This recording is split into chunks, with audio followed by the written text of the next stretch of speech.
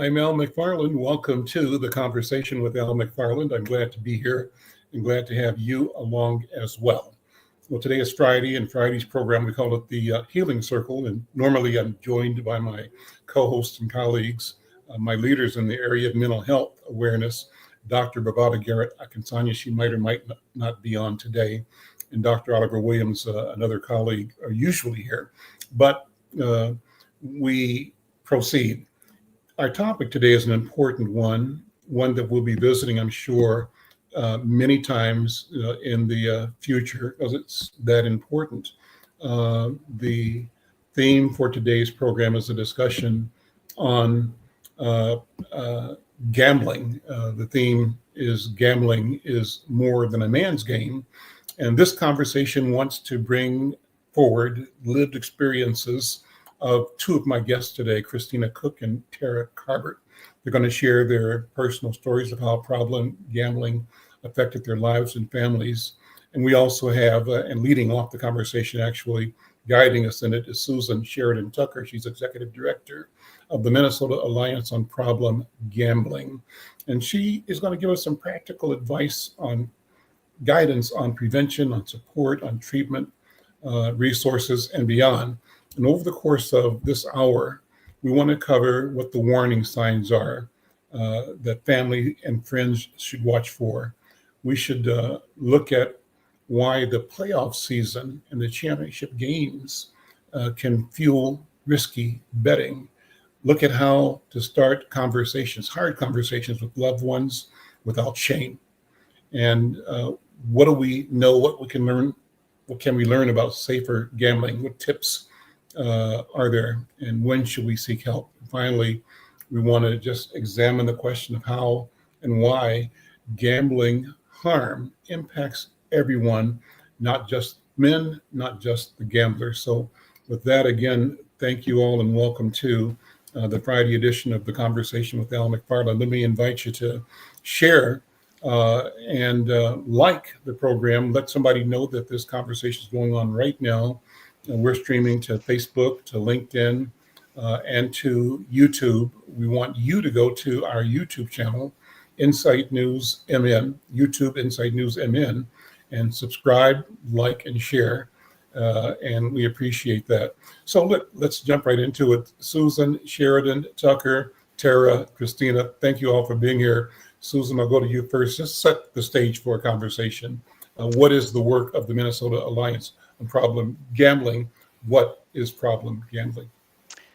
Thank you, Al. So the Minnesota Alliance on Problem Gambling is the state affiliate to the National Council on Problem Gambling. And as the national and also state affiliates, our mission is to help those that are negatively impacted by gambling. And nationally, 2 to 4% of the population are impacted by problem gambling. Within that, there are people who have severe addictions. It's a spectrum. So when we look at the criteria for somebody who is considered to have problem gambling or gambling addiction, the DSM-5, which is the diagnostic manual that dictates the diagnosis, names 9 criteria for problem gambling. And if a person even shows one sign, they land on that spectrum. And even with one sign, you want to make sure that you're having conversations. But some of those signs are that people are becoming much more obsessed with their gambling. They're spending more time, they're spending more money than they can afford. So often they'll be chasing their losses as they continue to play. We find that as gamblers become more entrenched in their play, they will often lie about what they're doing to hide from family members that they're as engaged in the activity as they are. And often, and Christina and Terra will certainly talk about this, that spending time, that there are many attempts in which you tell yourself it's time to stop and you find that you can't stop. Um, and so that has all sorts of implications to relationships, to showing up for work or school. So it impacts not just the gambler, it impacts family, it impacts the community. Um, Money that could be invested in the community or within the family is lost. So financial, situations, crisis, bankruptcy, all of that becomes part of this addiction. Let me invite another voice in, my co-host and partner in our Friday Healing Circle, and that's Dr. BraVada Garrett-Akinsanya. She is the leader at the African American Child Wellness Institute. Just so you guys know, the Institute is a culturally specific trauma-informed agency that she created in 2009. She's a licensed clinical psychologist and licensed independent clinical social worker. She's also Minnesota's only certified diplomate fellow in African-centered Black psychology. It's a status that's conferred by the National Association of Black Psychologists. And she's the driving force in this Friday program, the Healing Circle. Dr. B. Dr. B, welcome. Good afternoon. Good to see you again. Thank you. It's good to see you too, Al, and to see my sisters here talking about something that is so important to our community and our need for speaking the truth out loud and acknowledging it so that we can hopefully change. Thank You you. know, I didn't open the program with the protocol that I depend on you to open up. And so, if my guests don't mind, I'm going to share with you a joyful method of centering this conversation that comes out of our experience as African people. Dr. B, would you? I'm happy to do it. I first I want to invite everybody in the audience as well as around this virtual table to imagine that we're sitting in circle. And circle is a very spiritual act. It's one of seeing connection and one of valuing Ubuntu, which means that we are part of community. I am because you are, because we are, and we are because I am. So as we sit in this African circle, we sit here knowing in a circle there is no beginning or end. There is no top or bottom. Everyone in the circle has equal access to the center where there is voice and a space of shared power. So, what we do now as we sit here in this circle, I invite you to look to your right and see that you are safe. Look to your left and notice your safety. Look behind you and realize that you're safe. And as you sit in this space, I ask you to breathe deeply, acknowledging your sense of safety and noticing, just noticing how your chair holds you up, how you're in this space, feeling your presence presently. In this circle, we also honor our elders because in honoring our elders, we recognize the shoulders that we stand on. None of us got here on our own. Someone hoped our way, prayed our way, worked and sacrificed our way into existence. So we sit here now, the embodiment of generations of hopes and dreams. And as we sit in the circle, we honor our ancestors because those were the shoulders that our elders stood on. And as we honor our ancestors, we also recognize that they are closest to our Creator. So we honor them. And in this space of honoring, we ask that we heal together by acknowledging our common hopes and dreams and barriers and threats. And in this circle, we recognize that as we call on our elders and we call on the spirits of our ancestors, they give us the courage to do difficult things and do it graciously, holistically, in a space of wellness. In our circle, because we are virtual, we use a virtual talking stick. So the stick moves from one person to the next. And if the spirit moves, and you need the stick, all you need to do is ask for it, and the stick will be given to you. So we welcome you today to our healing circle, to our community, and to our ritual of healing and claiming our right to be well. We welcome you today. And as we say to our ancestors and to each other, we say Ashe, which means thank you and welcome. Ashe, Ashe. You may say it, Ashe, Ashe, Jay. Ashe, ashe, Ashe. ashe. So Baba Al, I give you the talking stick, and thank you for giving me voice. And you're muted. Got it. Yeah. Thank you, Dr. B. It's a wonderful way to begin any meeting. It's setting up.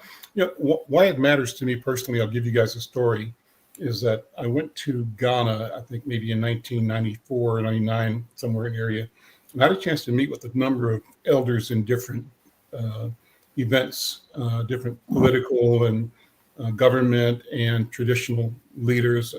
And every time they met, they started off with a certain protocol. And I just noticed it. I wasn't told about it, but I figured it out after the third or fourth meeting. And the meeting would be, 8, 9, 10 people around a conference table somewhere. And the convener would, sort of set the mood and the intention of the meeting, but begin by acknowledging the elders, the ancestors, the elders, the public officials, and ordinary sisters and brothers in the room and in community who might not be present, but whose voices and spirit would be reflected in the conversation. And each of those statements of opening would both acknowledge the shared responsibility of everybody in the room, that sharing and that connection to community would also allow the speaker to attest his or her intention within the context of community intentions. I love that. It was really a cool thing to do. So let me keep going with, first of all, we heard Susan Sheridan Tucker talk about, problem gambling broadly. Let me tell you a little bit more about her, and then I'll bring other guests in. She's the executive director of the Minnesota Alliance on Problem Gambling, and she's board president of the National Council on Problem Gambling. And she's been with this organization since 2018. Over the past 30 years, her career has focused on nonprofit management, building organizations and advocating for those with diminished voice or power. She's got a master's degree in urban planning to lay the foundation for her community building and strategic planning work. And through her leadership, the organization is increasing Minnesotans' awareness to gambling addiction, emphasizing the connections between substance use disorder and mental health. And their overall focus is to build a stronger infrastructure about problem or around or of problem gambling services in Minnesota. So we'll keep hearing more about that. And thank you for the work you do and for being here. Then we've got two guests, Christina Cook, and she was personally impacted by problem gambling, and she can tell you her story. The same with our friend Terra. So let me do this. Christina, welcome. Let me just turn the talking stick to you, and as the spirit leads you, share your story. Thank you. For me, I struggled with problem gambling for about 15 years, 4.5 years in recovery from gambling.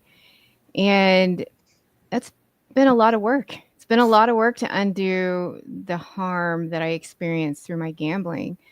I started around the age of 28, and I'll make this as quick as I can, but it's, hard to shorten up 15 years in a small little segment. But take your time.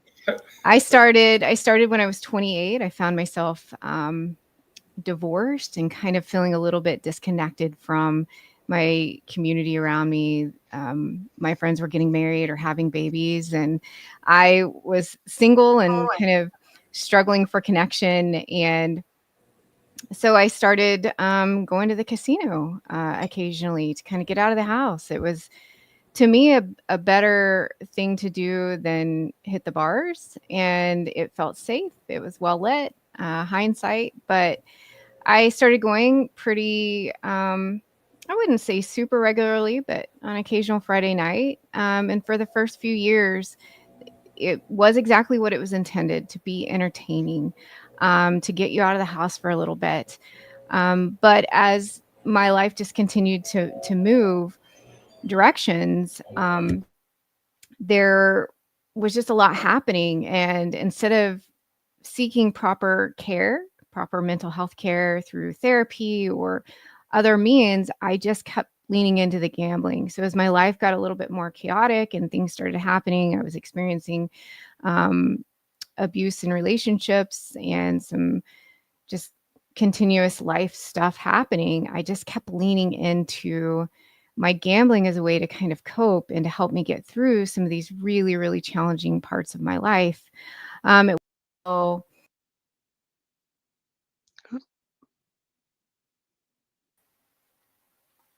not sure what happened there. Yeah. I didn't touch anything. You're back. I'm back. I didn't touch anything. But yeah, so around 2018, my gambling at this point had become pretty detrimental to my finances, my relationships, just my life in general. I was spending my paychecks in a matter of 30 minutes at the casino. And then I was struggling financially until I got paid again. It was just this vicious cycle. And I really started to feel the impacts of the gambling harm that I was creating. It was impacting just everything around me. At that time, I was also diagnosed with cancer. And it was a really devastating time in my life. And again, instead of seeking help through mental health ways or all these other things, I just kept, again, leaning into my gambling as a way to cope and deal with the emotional struggles I was going through. Fast forward, this became really, really detrimental to my life. I was literally just working, gambling, struggling, repeat. So let's just kind of fast forward to 2020, years of just struggle with the gambling. Emotionally, I am broke. Financially, I'm broke. Physically, I'm broke. Like, I'm really, really just feeling the impacts of what I'm doing every day. And then the whole world shut down, and I'm sure I have to be careful with what I say here, but so the casinos were shut down for 4 weeks, and that was the best I'd felt in a really, really long time. I had no access to gambling, and it just gave me a sense of peace, and I wanted that to last. But once everything opened back up, I was back at it 2 weeks later and back in the same cycles. At the end of 2020, I had lost everything financially. It was right before the holidays. I was feeling really, really depressed, having really hard thoughts of just not wanting to be here anymore because of the impacts that gambling and everything else had played on my life. And it was at that moment that I knew something needed to change. And I happened to be watching a show late at night after a gambling binge, and this woman talked about her struggles with food. And I really connected with the emotions. She talked about how she felt before she ate. She talked about how she felt eating, the euphoria, it feels so good to eat this food. And then she talked about the self-loathing and why she's hurting herself and what this food is doing to her body. And it was an excessive amount of food. It wasn't just a normal meal. And she talked about kind of the addiction that she had with food. And that was really the first time I honestly connected with what I was going through as far as the anticipation to gamble, how I felt gambling, like nothing could touch me while I was gambling. And then the self-loathing and the drive home and how hard I was on myself. And I just realized that I'm struggling with an addiction. And in those 15 years prior, I never once thought that what I was going through was an addiction. I thought I was just bad with money. I thought I was just not a good person. I thought all these things of why I can't do this normally, but never once did I say, I might have an addiction to gambling. Because in the mainstream of things, there's not a lot of conversations happening. It certainly wasn't at that time, not in the way that it is now around sports betting and things like that. So I certainly didn't have a connection with what I was going through. And so I just kind of made a vow to myself that I would not gamble. I would just not gamble. I knew nothing about recovery. I had no idea how challenging that would be, anything like that. So I made it about 60 days until I was triggered by an argument with my then husband. I spent a week-long binge gambling everything I had, everything I'd saved in those 60 days. And that was the lowest I'd ever felt. Like, I really, truly didn't want to be here anymore. I mean, it took me to that really point where I was thinking about how I was going to do that. And I think it was in that moment, I just had a realization that I didn't want to end my life. I actually wanted to live my life. And I hadn't been living in years. I'd been just so trapped in this addiction and in the chaos of it that I knew something had to change and I needed to figure this out. And so I went to my mom the next day. I just told her everything. And she knew somebody that had gone to GA. And she said, we're going to figure this out. I called the hotline. I was in a GA meeting a week later, therapy a week after that. And that started the first track of my journey to recovery and getting better. So thank you.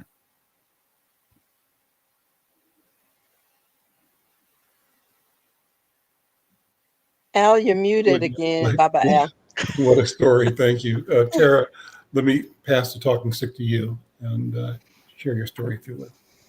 Yeah, I think you'll probably hear some similarities between Christina's story and mine. I actually was exposed to gambling at an extremely young age. My grandfather liked to take me with him to the VFW where he would play poker with his war buddies. So I learned poker strategy probably before I could read a 5th grade level book. He also, on Sundays was shouting about his football numbers with me. And it wasn't until many years later that I really realized, that likely had an effect on the normalization of gambling or making gambling fun. He taught me how to play blackjacks, how people counted cards. And I live in Minnesota. We also went to the grand opening of the horse racing track that is here in Shakopee, Minnesota. And subsequently, a casino with table games and slot machines opened later. And I heard my grandparents, who remained married, talk about that and going there and how fun it was. I'm going to fast forward. I could not legally gamble at that time in my life, but I was witnessing gambling. I gambled for the first time at a casino when I was 18. And I would say from my first interaction with gambling, I definitely enjoyed it. I thought it was fun. I found it to be amusing and entertaining, and I liked it. I also didn't have a lot of money. I was 18. I was working, a minimum wage job at that time. And so it was just something, like Christina said, that I would go do for fun, and I would often do it with friends. But almost every time I would go play, I would spend more than I planned, and I would be there longer than I planned. My gambling behavior in my 20s started to escalate for a period of time when my mom passed away. So my mom died of cancer when I was 25. And I had a friend who liked to do poker tournaments. She also liked to play blackjack and slots. And so both of us were single mothers. Both of us were working full time. And that became the thing I did with my friend on the weekends when I wasn't parenting. And she was doing the same on the weekends when she wasn't parenting. And every time we went, it was out of control and it was an all night thing. And in my 20s, my gambling behavior was interrupted by a hard talk with a friend who said, "What are you doing?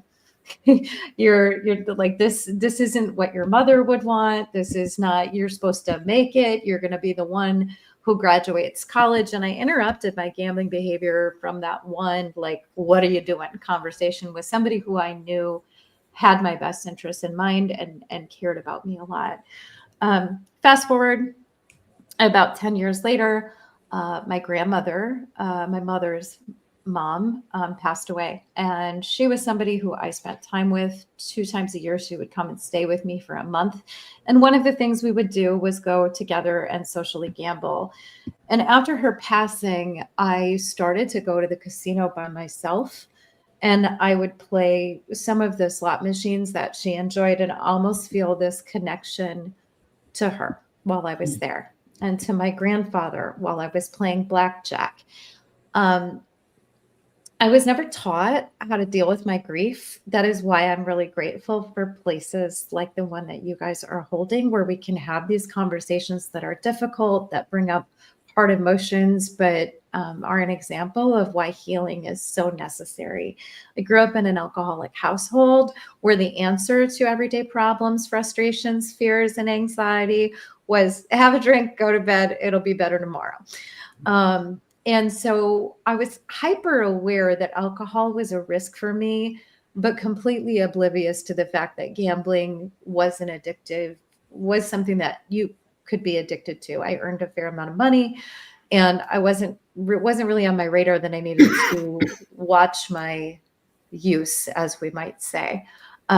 I continued to take on additional forms of gambling, which Susan can probably echo as a sign of one of those things on the DSM-5. I was in every fantasy football league at work. I always bought into the lotto pool, and my gambling continued to escalate following my grandmother's death, and I started to go more. A year later, these things are hard to revisit, so I'm just going to let the tears come if they do. A year later, my sister and I found our father dead, the father who raised me. My biological father actually passed away, died by suicide when I was 3 years old. And after my dad died, it all just kept going, and it kept getting worse. My son was older, more independent, leaving me with more free time. I was earning a good living, leaving me with more money. So I had the magic combo that we talk about in the rooms of recovery: time, access, and money. And it just kept escalating and escalating. I started withdrawing from friends.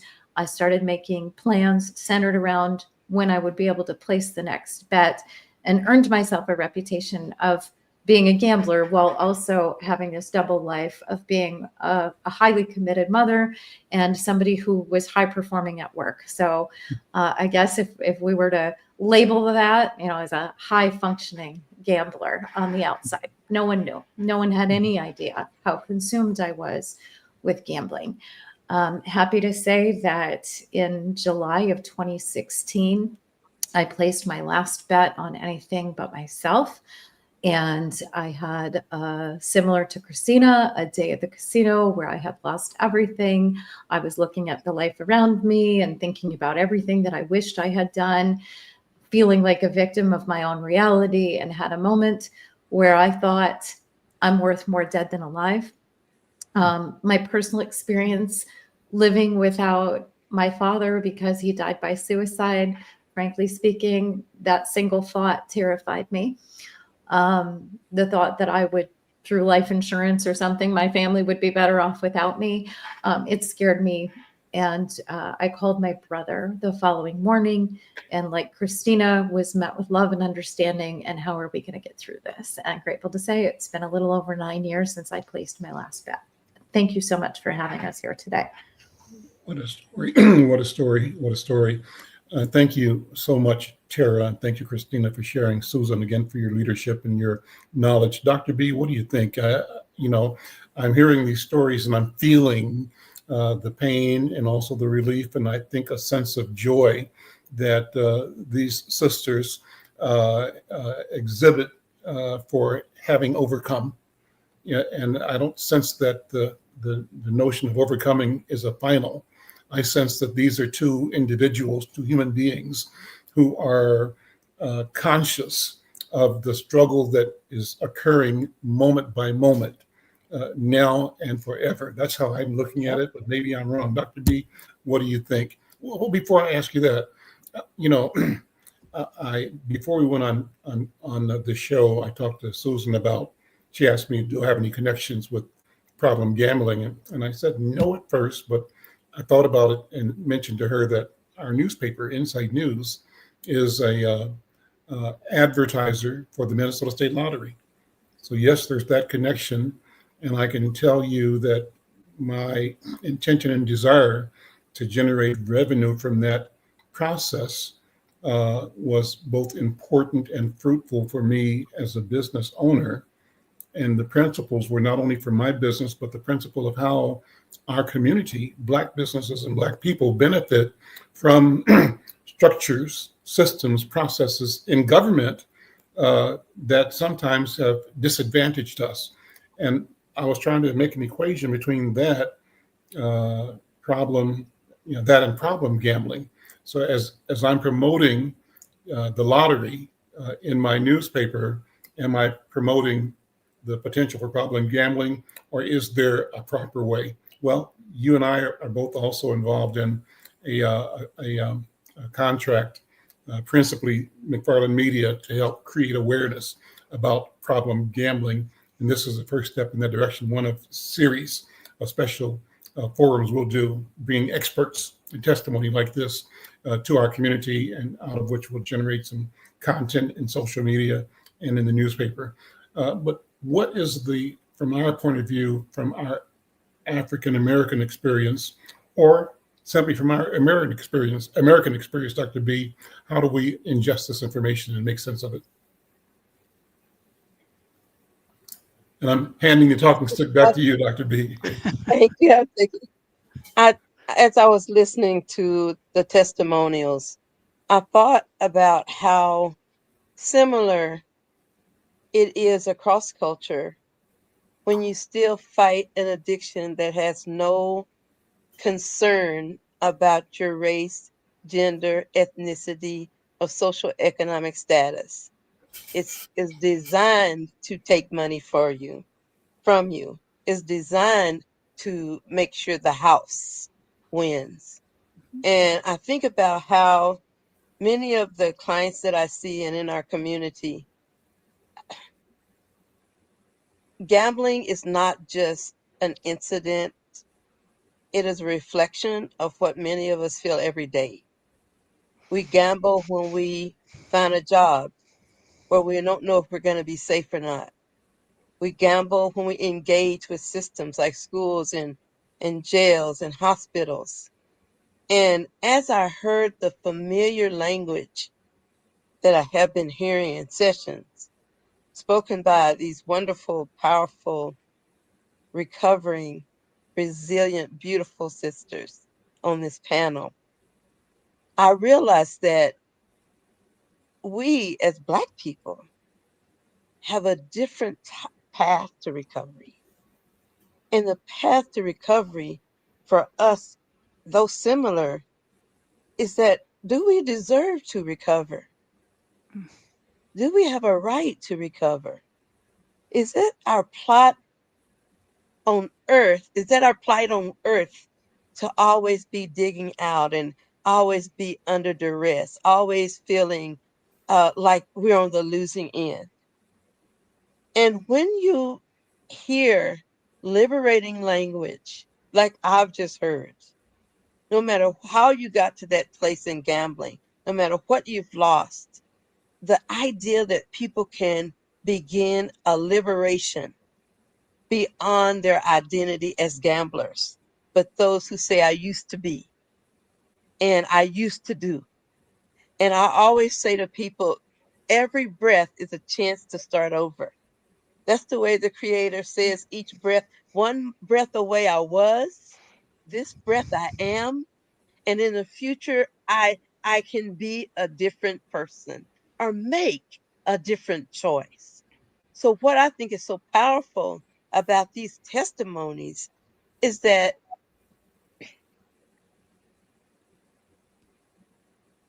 these sisters in this space broke a whole bunch of stereotypes about what gambling is supposed to be. And they've broken a whole lot of stereotypes about how healing is supposed to come about. It's an act of defiance to choose to heal. And that's what touched me so much about their testimonies. It was an act of defiance. It was like hell to the no. I'm not going to keep doing it. And I just love that we can hear that and bear witness to it in real human beings, just like us. We're more alike than different. And I always say we're more alike than different. All of us are filled mostly with water. We just come in different containers. But our lived experience on this path takes us to a common end place, which is also a beginning. The end place is says, hell to the no, I'm not going to keep doing it. Somewhere that demarcation, y'all drew the line in the sand, and the enemy was yourself and the other social structures designed to keep you a prisoner.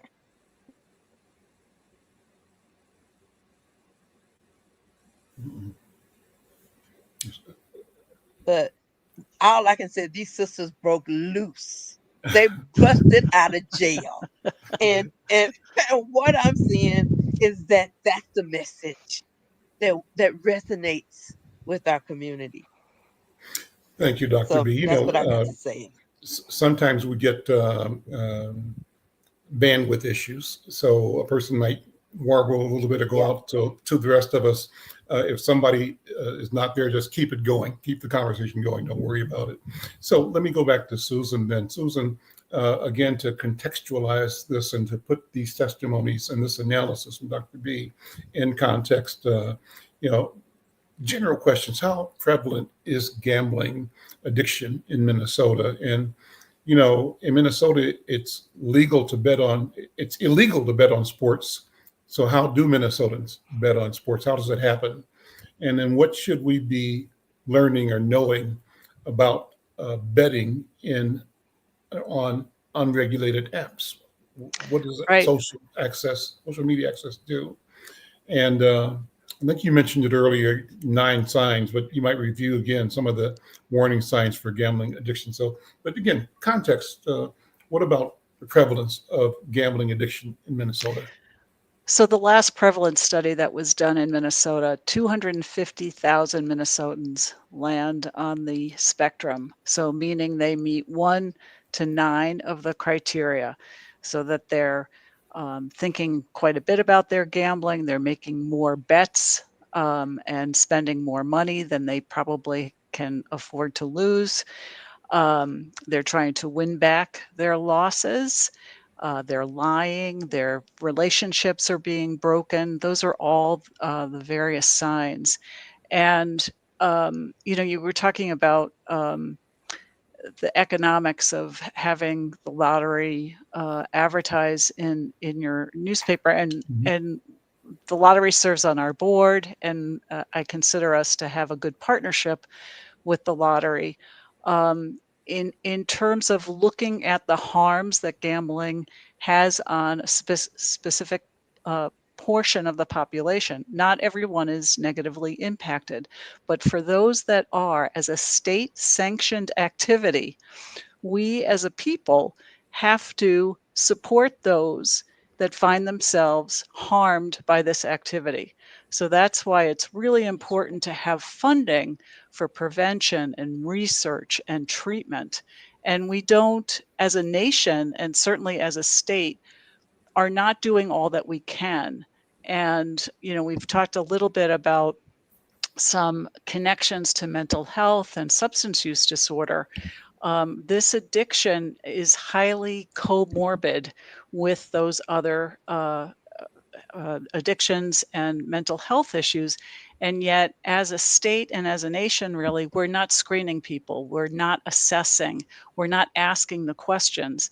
And ways in which we can really minimize harm is to have conversations from a very early age. Because if there's addiction within a family, if there's mental health issues, there are connections, and I think Terra was able to touch upon that with her own story. And we have to, when we don't acknowledge something, if we keep it in the dark, it serves no one. And so conversations early on, and within all communities, we have young athletes who have visions of wanting to be successful, to hit the pros. But if they're gambling and they're taking those risks, they risk their economic future. So these are kinds of conversations that we should be having in every community.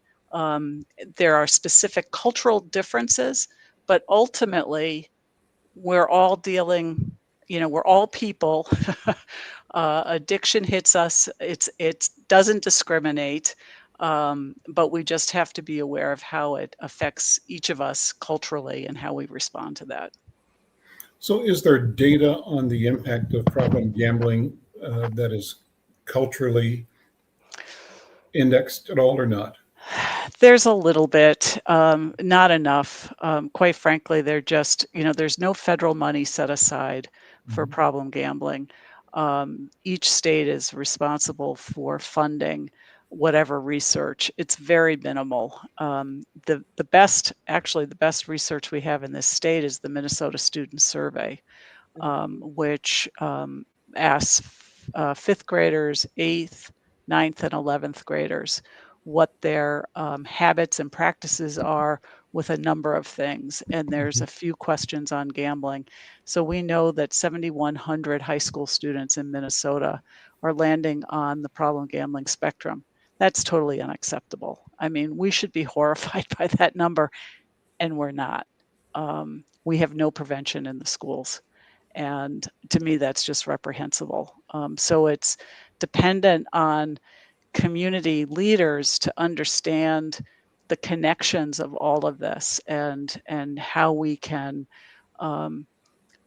be truthful about it and not shameful when somebody comes across a gambling problem.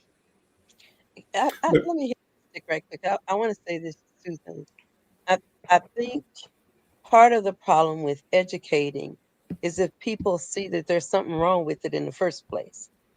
See, so many people in our culture, they don't see that there's anything possibly or potentially wrong with gambling until it's one of them or somebody they know directly. And I think that one of the biggest problems is that when it comes to the African American population, a lot of our gambling is very, very associated with symptoms of anxiety and depression and grief and loss. And the link to the gambling is that it kind of does that stimulation in the brain, the pleasure center, for a little bit of time, you just you forget about how terrible it is that you can't pay your rent. You came out to get extra money so you could pay your rent. Now you don't have enough to pay your rent at all or even part of it. And so in our culture, one of the problems is we feel like we can't go to mental health providers because that tears us away from our belief in God. And if you believe in God, your faith will tell you you have enough faith, you shouldn't be depressed. Or if you have faith in God, you wouldn't need to go talk to a counselor. Or if you have faith in God, He would deliver you from all these gambling demons without you doing any work. So all of these multiple, cumulative, culturally laden excuse barriers for our community to do the help seeking. And I know I read some research that talked about of all the populations, we tend to hook our gambling. It tends to be more associated with already pre-morbid, pre-existing mental health disorders. And so we're just finding something else to hang with it that makes it even more complex to deal with that depression or that loss of that historical or present day trauma. And so I think I can't see treating gambling without treating the hurt that pre-existed it. And what do y'all Susan, go think? ahead.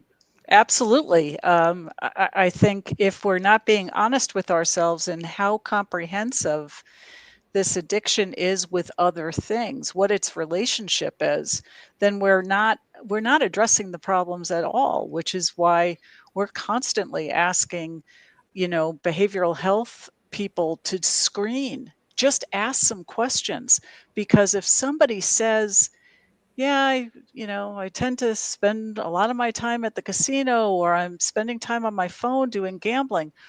Okay, so let's investigate that. Why? Why are you spending more time? What's behind that?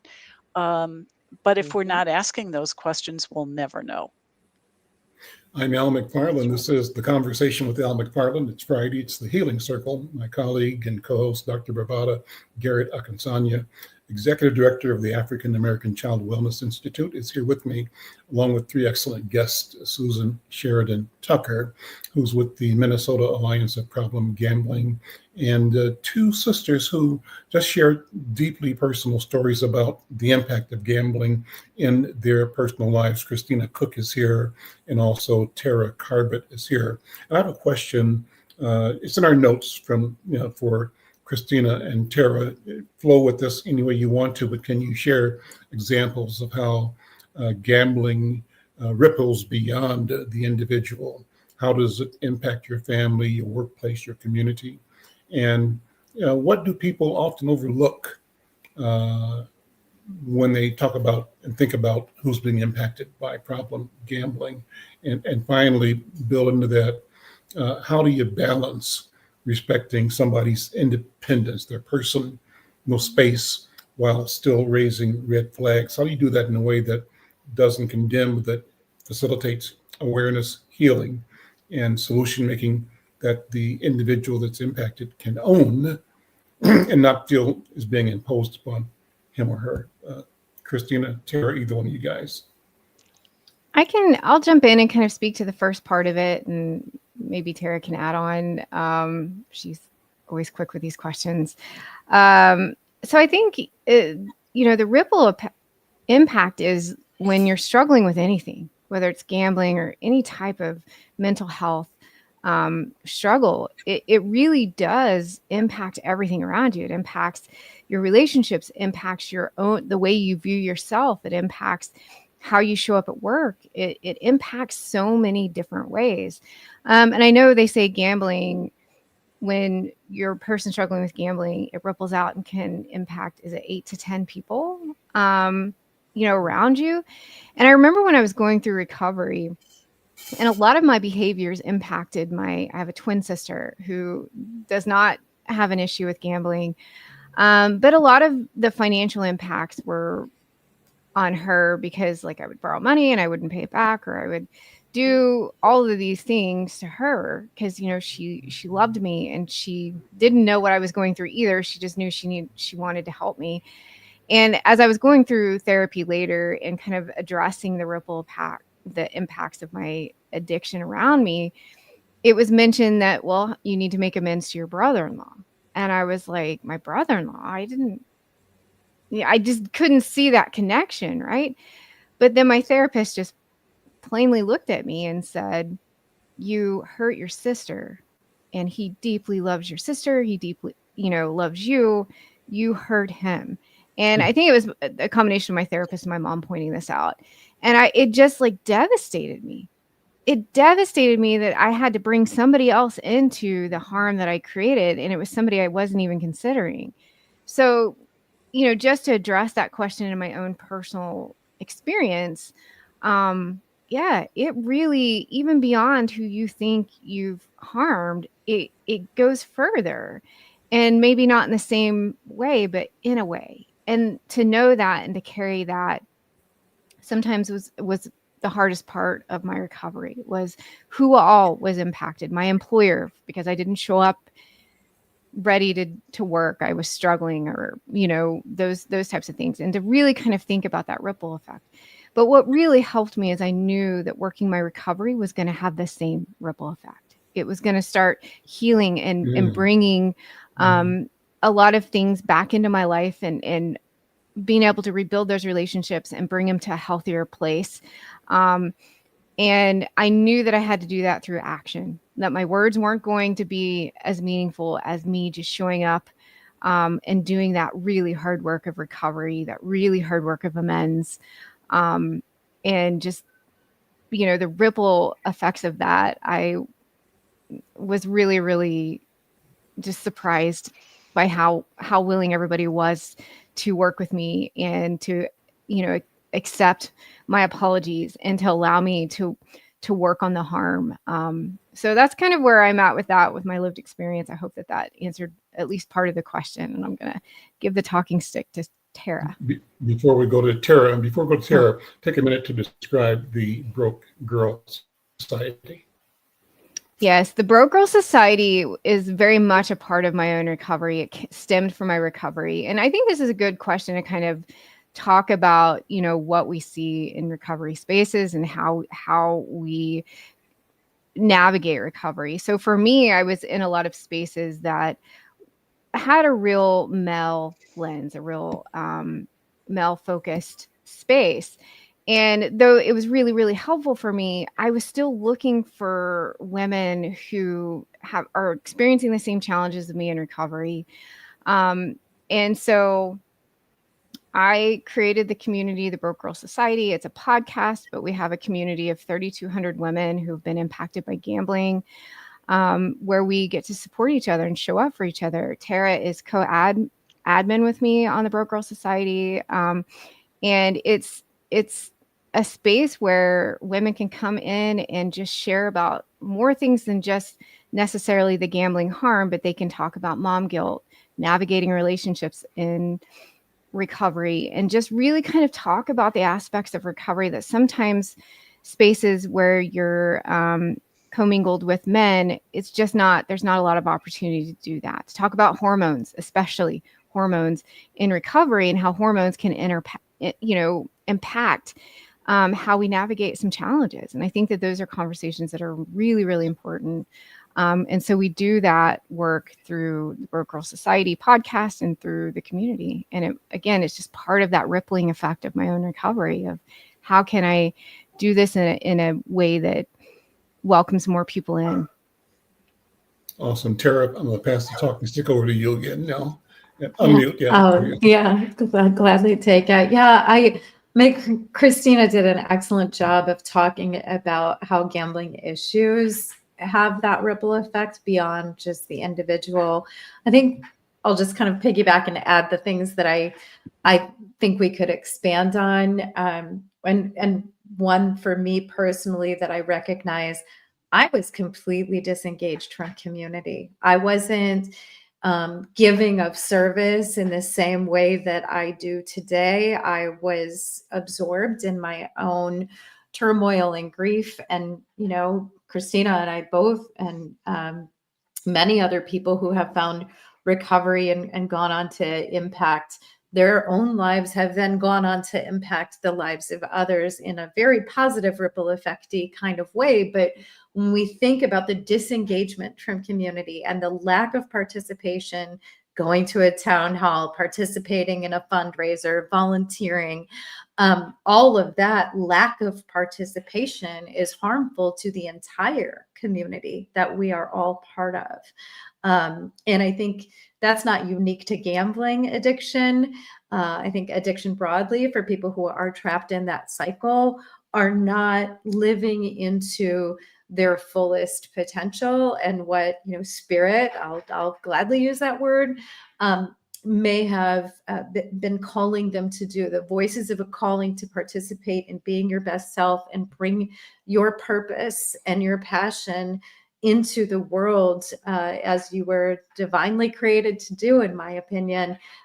That's all muted when you're living in addiction. And so, as Christina pointed out, family, friends, coworkers, and even institutional harm. Many of us gambling exceeded our debts, had bad debts, experienced mortgages, and there's economic impact. Right. And some people, unfortunately, have justice-involved cases where they've stolen millions from employers. And so their coworkers are even more affected if that financial harm creates a closure of an organization as a result of their embezzlement or theft.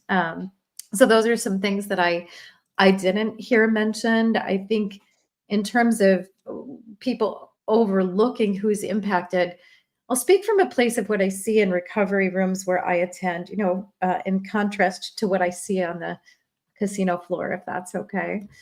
I walk around the casino when I was gambling, and there wasn't a group that wasn't represented. Not a single one. We were all there. And I walked into rooms of recovery. My experience, thankfully for me, was a little bit different than Christina's, but it was 50-50 women and men for me. I think hers was more like 90-10 men to women. And it was 99.9% white. That's not what the makeup of the casinos look like. That is not what the makeup of the bingo halls look like. That is absolutely not the street game of dice, what that looks like. And I have gambled in all of those ways. And so I think the overlooking, it's something I bring up in our local rooms of recovery, and yet ponder, why is this space a place where others are not finding recovery and speaking very directly? They're not entering the rooms. And so as Christina has modeled, creating a place where women can gather, important. And I think the same is true for starting recovery rooms that are uniquely designed to serve the needs of specific communities. Did I miss anything, Al? You gave us a 3-parter. I don't know if I caught all of them. You're muted. He's muted. You're Yep. muted, Al. Still muted. I keep doing that. So Susan, talk about then, as we have in the notes here, the question of cultural expectations. How do cultural expectations or stigmas make it harder for certain groups to seek help?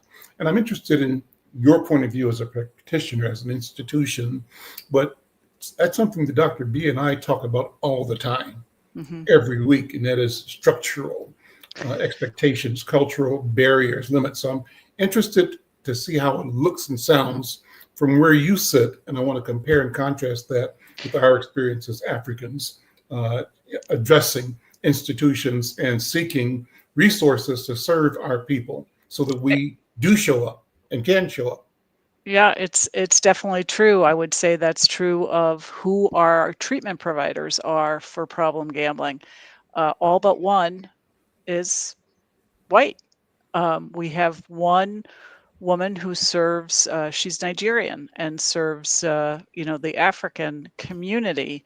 But even they are, they're very reluctant to seek treatment. Similarly to what was said earlier, it's a workforce development issue. It's and I think we need to hear from various communities that what is it that you will respond to? What are your needs, and how best can we address those needs? Because I think we have to not throw away, but look at complementary models of care that are going to be effective for the various communities. Because otherwise people don't show up. As Terra noted, they're not coming to GA meetings because GA may not be what is going to work for them. So, we believe that people need to find whatever path it is to recovery that's going to work for them. So I think we have to be more innovative and really work together to understand what those aspects are and how do we create those programs and fund them. They have to be funded because if they're not, it's not going to happen. And, as it is, it's pretty minimal funding available for free treatment in Minnesota. And I just want to make sure that people know that the treatment is free for problem gambling, for the gambler, and for family members. It can be highly improved, but at least, there's something there. And we are in communication with a number of different communities who are DHS grantees that represent different communities. So we're in conversation and trying to figure out ways in which we can walk alongside them. We are the content experts, but we're not the cultural experts. And so it's really important that we walk alongside those various communities and understand what their needs are. Dr. B, may have you close the meeting. Reflections, thoughts, expectations for not only those of us in the circle at this moment, but for our community. I think it's a challenge. And the challenge is, how do we integrate multiple ports of entry into addiction so that it's culturally congruent, that people recognize that's not where I need to go and that it's not okay. And some of the gambling, especially nowadays around sports, it links to the idea that to have a successful life, many of our Black boys and girls think they have to be an athlete in order to be successful. So when we talk today about all of these different ports of entry into addiction and how gambling takes on its own role, I think we have to back up and start talking about the harm that gambling and risking can lead one to from early on.